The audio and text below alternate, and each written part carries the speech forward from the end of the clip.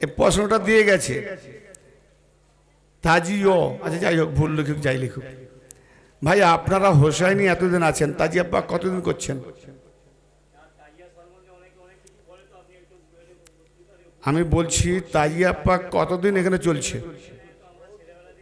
মাশাআল্লাহ 3-4 পিঢ়ি, কিন্তু এখনো লফজ উচ্চারণ করতে জানলেন না। এটা তাজিয়া নয়, তাজিয়া পাক। কি বললাম? পাক কই? প্রায় কথায় কথায় তাজিয়া বলে না। ইমাম হোসেনের মাজার বলবেন না মাজার পাক বলবেন? এটা কি? এইটা সব থেকে বড় কথা, আদাব। পাক সে নিশ্চয় বলবো বলবো বলবো বলবো, আমি বুঝে নিয়েছি, আমাকে বলছে তাই। তাজিয়া পাকের ব্যাপারে একটু বলিবেন বলে দিয়েছে, লিখেছে, কিন্তু আমি প্রথমে দেখলাম যে ওই জন্য যে কতদিন তাজিয়া পাক চলছে এখানে। হ্যাঁ বাবু 2-1 বছর তাহলে ফাউল হতে পারে, পিড়ি পিড়ি চলছে, তারপরও সে নাম রয়ে গেল তাজিয়া না। হোসাইনি নিসবাতে যে সমস্ত জিনিসগুলো করা হয়, আহলে বায়তের নিসবাতে যেসব জিনিসগুলো করা হয়, সেগুলো সর্বদাই ভাষার সঙ্গে পাক রাখবেন। পাক, এই যে আমরা বলি না পাঞ্জাতন পাক, তাহলে আর সবাই কি না পাক? উত্তর বিপরীত আসবে না? কোনো আলেম যদি জিজ্ঞেস করে এ ভাই আপনারা পাঞ্জাতন পাক আর সব কি না পাক? আমাকে একজন আলেম প্রশ্ন করেছে, পাক পাঞ্জাতন আপনি যে বলছেন, তো পাঞ্জাতন পাক, বাকি কি সব সাহাবা না পাক? আমি বললাম হ্যাঁ। অবাক হচ্ছেন নাকি? আমি বললাম হ্যাঁ, আল্লাহর নবী বলেছেন, মশহুর দলিল, যে আমি নবী মুস্তাফা, ফাতেমা, আলী, হাসান আর হোসেন আলাইহিমুস সালাতু ওয়াস সালাম এর জন্য মসজিদে নববীতে যাতায়াত করা জুনুব হালতে, জুনুব মানে বোঝেন যে জিনিসটা ঘটলে গোসল ফরজ হয় স্বামী স্ত্রীর, তো ওই রকম হালতে যাওয়া জায়েজ আছে, বাকি আর কারোর জন্য জায়েজ নাই। তাহলে অন্য অবস্থায় স্বামী স্ত্রীর হালতে সাহাবা নাপাক হয়ে যাবে, পাক পাঞ্জাতন নাপাক হয় না।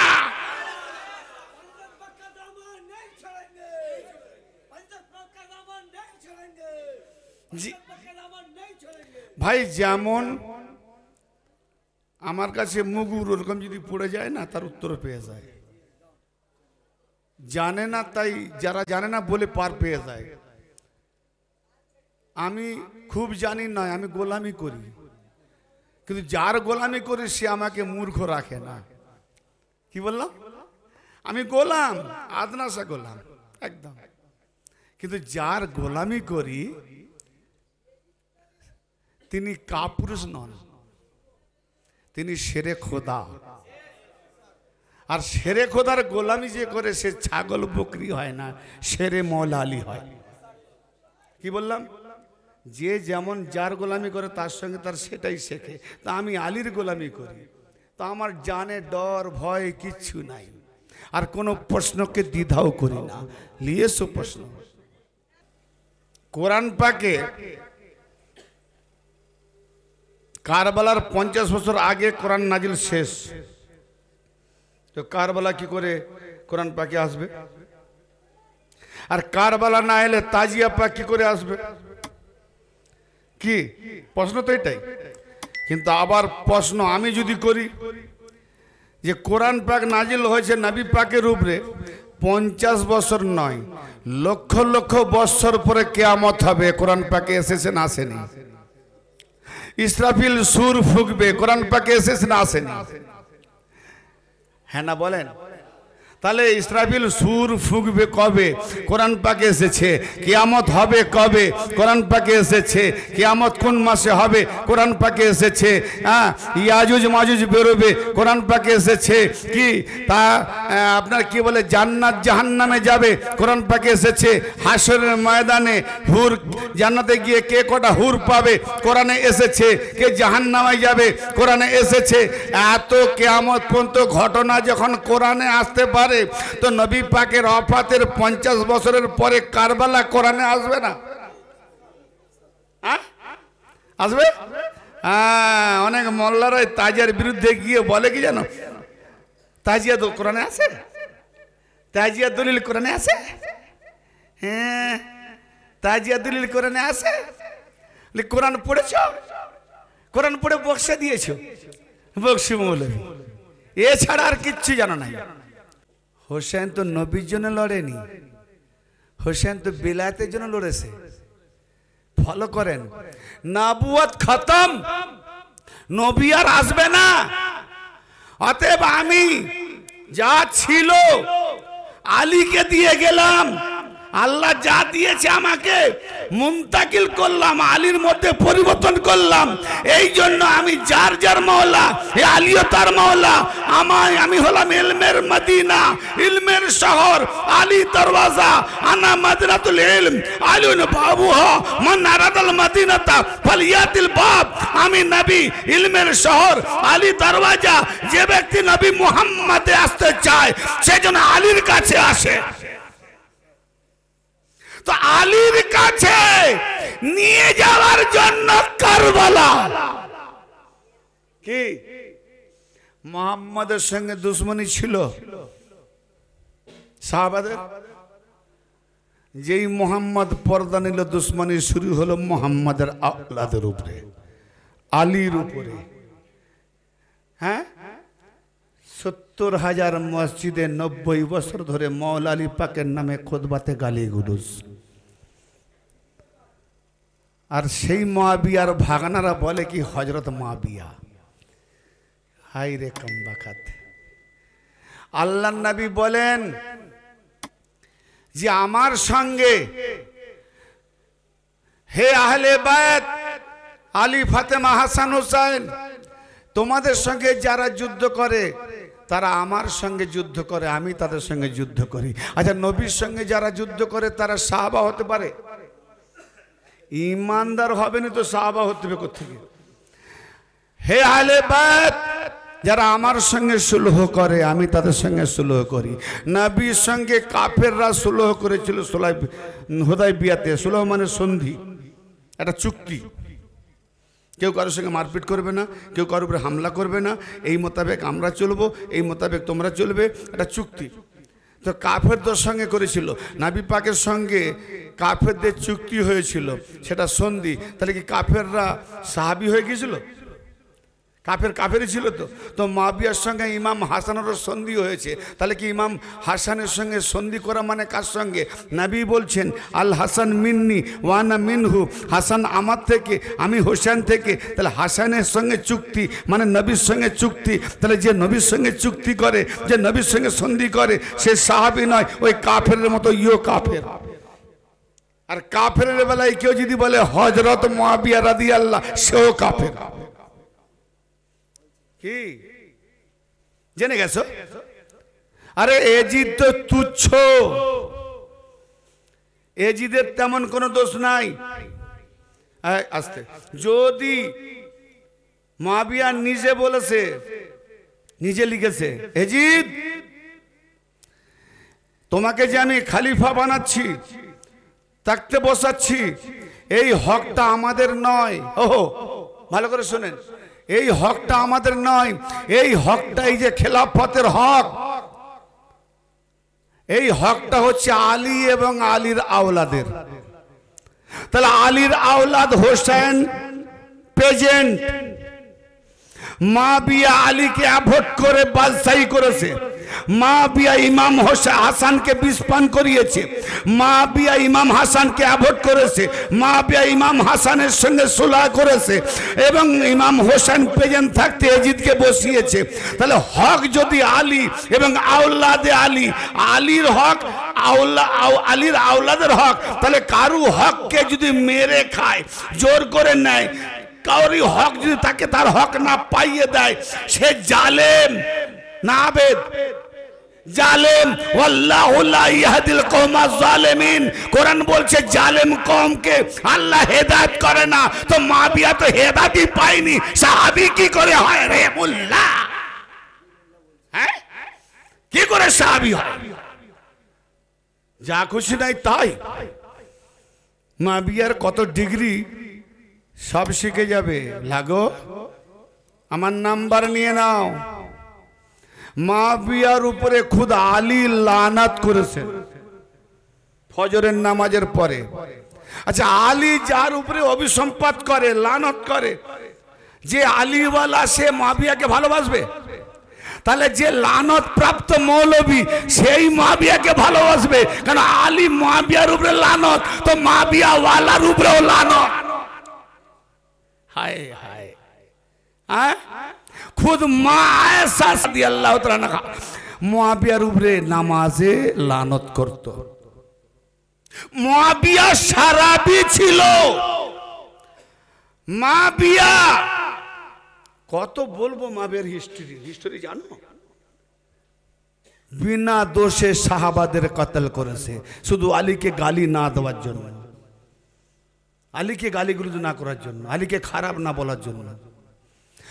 হ্যাঁ, আলীর নাম রাখতেই দিত না, আলীকে মিটাবার কিনা চেষ্টা করেছে।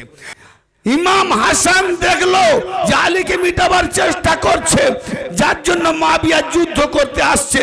তখন ইমাম হোসেন অনেক লোকের, অনেক হাজার হাজার লাখো লাখো আশেকে রাসূলদের প্রাণ চলে যাবে, রক্ত ঝরবে, নদী বইবে। মুআবিয়া খ্রিস্টানদের সঙ্গে দোস্তি করেছে, তাহলে কি হবে না খ্রিস্টানদেরকে ডেকে মুসলমানদের মেয়েদের হরণ করাবে। ফলে সন্ধিতে বাধ্য এলো যে শান্তি বজায় রাখো, রক্ত ঝরাও না। খেলাফত চাইছো, খেলাফত নিয়ে নাও, বাদশা হয়ে যাও, ঠোকর মেরে দিয়ে দিলাম। আমার ইমাম হোসেন পাওনা জিনিস দিয়ে দিলেন। শুনো, আম জনতার খুন রক্ত বাঁচাবার তাগিদে, জোরে বলেন। কিন্তু ইমাম হাসানের কাছে বায়াত চাইনি, খেলাফত চেয়েছিল। ইমাম হাসানের কাছে মুআবিয়া বায়াত চাইনি, বায়াত চাইলে কোনো মতেই না, খেলাফত চেয়েছিল, খেলাফত দিয়ে দিল। ইমাম হোসেনের কাছে তার খেলাফত নেই, কেন? ওটা মুআবিয়া নিয়ে নিছে। তাহলে এবার এজিদ কি করলো? যদি আর কয়েকটা মাস মুআবিয়া বেঁচে থাকতো, যেটা এজিদ করেছে কারবালায়, ওটা মুআবিয়া দ্বারাই হতো। কেন? এজিদ, মুআবিয়া বলে গেছে, এজিদ বিশেষ করে চারজন তো আছে, আব্দুল্লাহ ইবনে জুবায়ের, আব্দুল্লাহ ইবনে মাসউদ, ইমাম হোসেন, আরেকজন নাম মনে আসছে না, চারজন। বিশেষ করে হোসেন থেকে সাবধান। হোসেনকে যতদিন পর্যন্ত তুমি দমাতে না পেরেছো, শেষ না করতে পেরেছো, তোমার রাজত্ব টিকাতে পারবে না। হোসেনকে কারবালা প্রান্তরে তো শেষ করে দিয়েছে। এজিদের রাজত্ব ছিল। মুআবিয়া, তোমার স্বপ্ন অন্যদিকে ছিল। ইমাম হোসেন আওলাদে রাসূল, তুমি হচ্ছে হারামের আওলাদ। হ্যাঁ, তুমি আব্দে কি বলে উমাইয়া থেকে এসেছো, উমাইয়া বংশ, বনি উমাইয়া।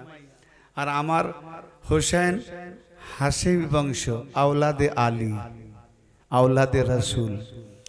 তোমার বোঝা আর ওনার বোঝা দুটো এক হয়? তো ইমাম হোসেনের কাছে খেলাফত নাই, তাহলে হক তো দিল না, উপরন্তু তার কাছে বলছে আমাকে আমার হাতে হাত দিয়ে বায়াত করো। আমার হাত দিয়ে, আমার হাতে হাত রেখে বায়াত করো। ইয়ানে হোসেন তুমি বিক্রি হয়ে যাও। ঘুমাচ্ছে নাকি বাবু? ঘুমাচ্ছেনি তো? তুমি বিক্রি হয়ে যাও। লড়াই কি? লড়াইটা কিসের? ধন দৌলতের? না, টাকা পয়সার না, জমি জায়গার না, পাড়া প্রতিবেশী না, ধন দৌলত টাকা পয়সার লড়াই নয়, লড়াই শুধু হক আর না হকের লড়াই, হক আর না হকের।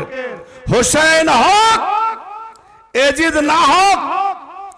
তাই তো খাজা গরিব নওয়াজ আজান দিয়েছে, সব আজানকে টেক্কা দিয়ে খাজা গরিব নওয়াজের আজান সারা বিশ্বে তোলপাড় করে দিয়েছে। কি আজান? শাহ আস্ত হোসেন, বাদশাহ আস্ত হোসেন, দিন আস্ত হোসেন, দিন পানা আস্ত হোসেন, सरदाद व नादाद दस्त दर दस्त एजीद हक्का के बिनाए ला इलाहा आस्त হোসেন। जगतेर सम्राट হোসেন, जगतेर बादशाह হোসেন, दीन হলো হোসেন, दीन बचाने वाला হোসেন। सरदाद व नादाद दस्त दर दस्त एजीद হোসেন माथा दिए दिलेन, एजिদের हाथे हाथ दिलेन ना। हक्का के बिना ये ला इलाहा হোসেন, हकेर मूल बुनियाद हलो হোসেন। এই হকের লা ইলাহার যে বুনিয়াদ, হক যে বুনিয়াদ, হাক্কাকে হকের মূল বুনিয়াদ লা ইলাহা। সেই লা ইলাহার মধ্যে কি? লা ইলাহা মানে খোদা নাই, লা ইলাহা মানে খোদা নাই, ইল্লাল্লাহ মানে হ্যাঁ আল্লাহ আছে। তার মানে এজিদ চেয়েছে খোদা নাই, আর হোসেন দেখিয়ে দিয়েছে কুরবানি হয়ে খোদা আছে। কথা বুঝে আসছে? খোদা নাই, খোদাকে মিটিয়ে দেবে, মোহাম্মদকে মিটিয়ে দেবে, আলীকে মিটিয়ে দেবে, হাসানকে মিটিয়ে দেবে, নবুয়তকে মিটিয়ে দেবে, রিসালাতকে মিটিয়ে দেবে, বেলায়েতকে মিটিয়ে দেবে, নবীগণকে মিটিয়ে দেবে, রাসূলগণকে মিটিয়ে দেবে, আল্লাহর দ্বীন উসুলটাকে মিটিয়ে দেবে। হোসেন বলে হতেই দেব না, হতেই দেব না। কেন না? হোসেন যদি এজিদের হাত দেয় তাহলে উসুল কোথায় যাবে? আল্লাহ পর্যন্ত চলে যাবে। হোসেন যদি এজিদের হাতে হাত দিয়ে দেয়, লড়াইটা কিসের? হাতকে নিয়ে, শুধু হাতকে নিয়ে লড়াই। এই বাবু কংগ্রেসের হাত নয়, ইমাম হোসেনের হাত। ভালো করে বোঝেন, ইমাম হোসেনের হাতকে নিয়ে লড়াই। এই জন্য তাজিয়া পাকে আমরা চাঁদ তারার মধ্যে দিয়ে হাত দেখাই। কি? হ্যাঁ, চাঁদ তারার শোক মানিয়েছিল, চাই চাঁদ তারার নকশা রাখি। চাঁদ গ্রহণ লেগেছিল, তারকা তারকায় টক্কর লেগেছিল এই শহীদের দিনে। শাম আর দামেস্ক যেখানে যেখানে পাথর ওঠানো হতো, জমিন থেকে তাজা খুন বেরোতো। খুনের মাতমকে যারা না যায় বলছে, বুঝে না, শিয়ারা জিঞ্জির চালায়, অমুক চালায়, খুন বের করে। আবে কাম বাকাত, আমার ইমাম হোসেনের শহীদে জমিন যখন খুন বের করে, মাটি যখন খুন বের করে, তো তুমি মাটির মানুষ, তোমার এতটা জ্ঞান আক্কেল নাই যে জমিন তার শরীরের রক্ত রসা কিছু নাই, সেখান থেকে খুন এলো কোত্থেকে? সেখানে খুন এলো কোত্থেকে? আসমানে কোনদিন লাল সুরখ লোথরা লোথরা রক্তের যে আবরণ দেখতে পাই আমরা পশ্চিম পানে, ইমাম হোসেনের শহীদের আগে ছিল না। ইমাম হোসেন যেদিনকে শহীদ হয়েছে সেদিন থেকে পশ্চিম আকাশে খনি আর আকাশ দেখায়, মানে আসমান তাজিয়া মানাচ্ছে। তাজিয়া মানে কি? ইমাম হোসেনের স্মৃতি। তাজিয়া মানে ইমাম হোসেনের স্মৃতি, তাজিয়া মানে ইমাম হোসেনকে ইয়াদ করা। তাতে আসমান তাজিয়া মানাচ্ছে, জমিন খুন ঝরিয়ে তাজিয়া মানাচ্ছে, তারকা টক্কর লাগিয়ে তাজিয়া মানাচ্ছে, মহরমওয়ালারা লাঠি দিয়ে টক্কর লাগিয়ে তাজিয়া মানাচ্ছে। লাঠি খেলা নয়, লাঠি লাঠি টক্কর লাগে না মহরমে? হ্যাঁ, এটা তারকার সুন্নাত। তারকা তারকা টক্কর, তো মহরম জুলুসে লাঠি লাঠি টক্কর। খুন ঝরানো যারা করে এটা জমিনের সুন্নাত, জমিন তাজিয়া মানাচ্ছে। তা আমি তো সেই মাটির মানুষ, তা আমার মধ্যে খুন আছে, ওর মধ্যে খুন নাই। ওর খুন না থাকতে যদি খুন ঝরায়, আমার মধ্যে খুন আছে, একটু ইমাম হোসেনের জন্য খুন ঝরাবো না? হ্যাঁ, অতএব কে ঝরায়নি তাও ফাতোয়া দেওয়া দরকার নেই। যদি কেউ ঝরায়, আমাকে বলছে খুন ঝরানো, জঞ্জির চালানো যে মাতম, এইটা কি ঠিক? আমি বললাম বেঠিক কি? বেঠিকটা কি বলো না? ও আপনি যে খুন ঝরান, বলে কিরকম? বলে রুগীকে বাঁচাবার জন্য একে অপরকে খুন দেয়। বলে সে তো বাঁচাবার জন্য দেয়, এই খুনটায় ঝরায় কাকে বাঁচাবার জন্য? বলে ইসলামকে বাঁচাবার জন্য। বলো মানুষ বড় না ইসলাম বড়? কেন? খুন ঝরিয়ে জমিনের সুন্নাত কিজি। আর খুন আমার নবী দেখিয়েছেন বোতলের মধ্যে। হ্যাঁ, আচ্ছা বলো মাটি কি খুন হয়? উম্মে সালমা রাদিয়াল্লাহু তাআলা আনহা, উম্মে সালমা রাদিয়াল্লাহু তাআলা আনহা কে নবীজি বললেন, উম্মে সালমা আমি হুজরাতে আছি, কেউ যেন আমার হুজরাতে প্রবেশ না করে, আমার হুজরাতে প্রবেশ না করে। আমি হুজরাতে আসি, কেউ না আসে, সবকে বাধা দিও, আসতে দিও না। কিছুক্ষণ পরে উনি দরজার মুখে ছিলেন, দরজার মুখে গাইড দিচ্ছেন। কিছু সময়ের মধ্যে নবী পাকের হুজরা থেকে আহাজারির কান্না শোনা যাচ্ছে, হিচকির কান্না শোনা যাচ্ছে। তাহলে মাতম জারি করা নবীর সুন্নাত, কান্না ঝরানো নবীর সুন্নাত। কিরকম? হিচকির কান্না, হিচকি দেওয়া কান্না। হিচকি দেওয়া কান্না বোঝেন তো? দর দর করে হিচকি দিয়ে কান্না। উম্মে সালমা রাদিয়াল্লাহু তাআলা আনহা বলছি কীরকম আওয়াজ? তো ঝাঁকা দিলেন, ঝাঁকি দিয়ে দেখেন যে নবীজি ইমাম হোসেনকে কোলে করে নিয়ে কপালগুলো মুছে দিচ্ছে, কপাল মুছছে আর চুমু দিচ্ছে, কপাল মুছছে চুমু দিচ্ছে, কপালে চুমু, মুখে চুমু, গালে চুমু, ঠোঁটে চুমু, পিঠে চুমু, পায়ে চুমু, হাঁটুতে চুমু। এমন কোন শরীর নাই আমার নবী চুমু দেয়নি। উম্মে সালমা রাদিয়াল্লাহু তাআলা আনহা বলছেন, ইয়া রাসূলুল্লাহ, ইয়া হাবিবাল্লাহ, এ কি করছেন? এ কি অবস্থা? ইমাম হোসেন কখন এলো আমি তো জানি না, বুঝতে পারি না কিভাবে প্রবেশ করলো, কিন্তু এ কি? বলে ও উম্মে সালমা, নবী পাক বলছেন, ও উম্মে সালমা, জিবরাইল ফেরেশতা এসেছিল, সে আমায় একটা মাটি দিয়ে গেল, এই দেখো কারবালার মাটি, এই মাটি দিয়ে বলছে তুমি হোসেনকে ভালোবাসো। আমি বললাম আমার বেটা হোসেনকে আমি ভালোবাসবো না? বলে তোমার উম্মতেরা শহীদ করে দেবে তোমার এই হোসেনকে। তো উম্মে সালমা, তাই আমার ইমাম হোসেনকে যেখানে যেখানে অস্ত্র জখম করবে, যেখানে যেখানে জখম হবে, যেখানে যেখানে অস্ত্র মারবে, সেই সব জায়গায় আমি চুমু দিচ্ছি।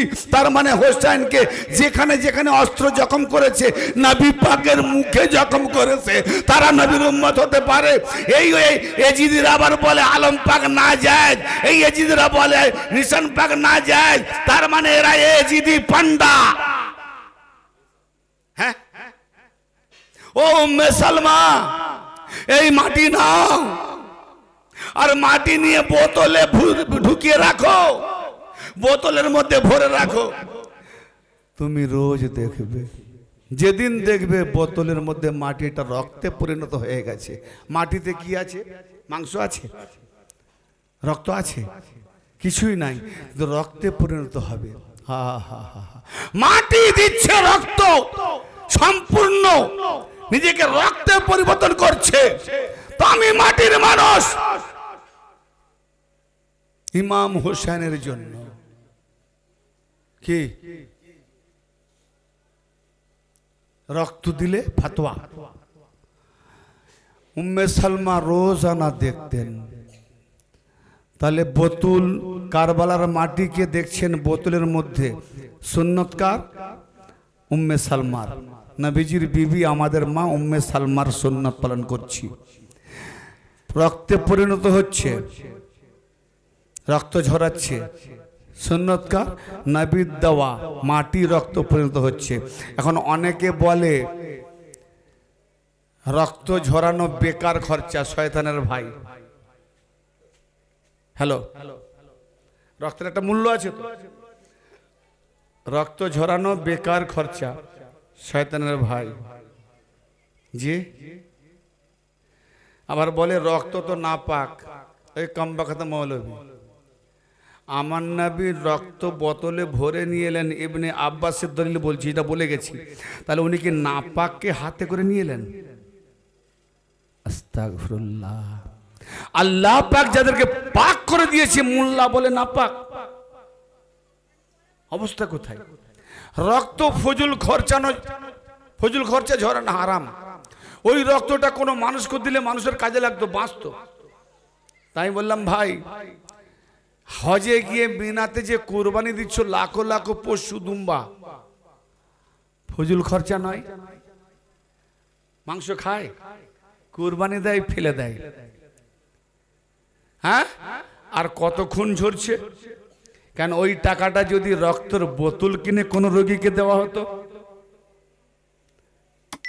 হ্যাঁ, ওই টাকা, ওই দুম্বার টাকাটা দিয়ে রক্তের বোতল কিনে রোগীকে দিয়ে বাঁচানো যেত, সেটা তো বলে হ্যাঁ ফায়দা। তাহলে ওটাও ফজুল খরচা।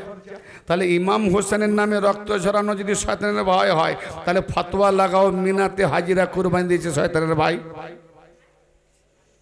পাল্লাই পড়নি বাপ, আদমের বেটা, করে দেবো তোমার কপাল ফাটা। উল্টো সিধা কথা বলে বেড়া পার পাবে না।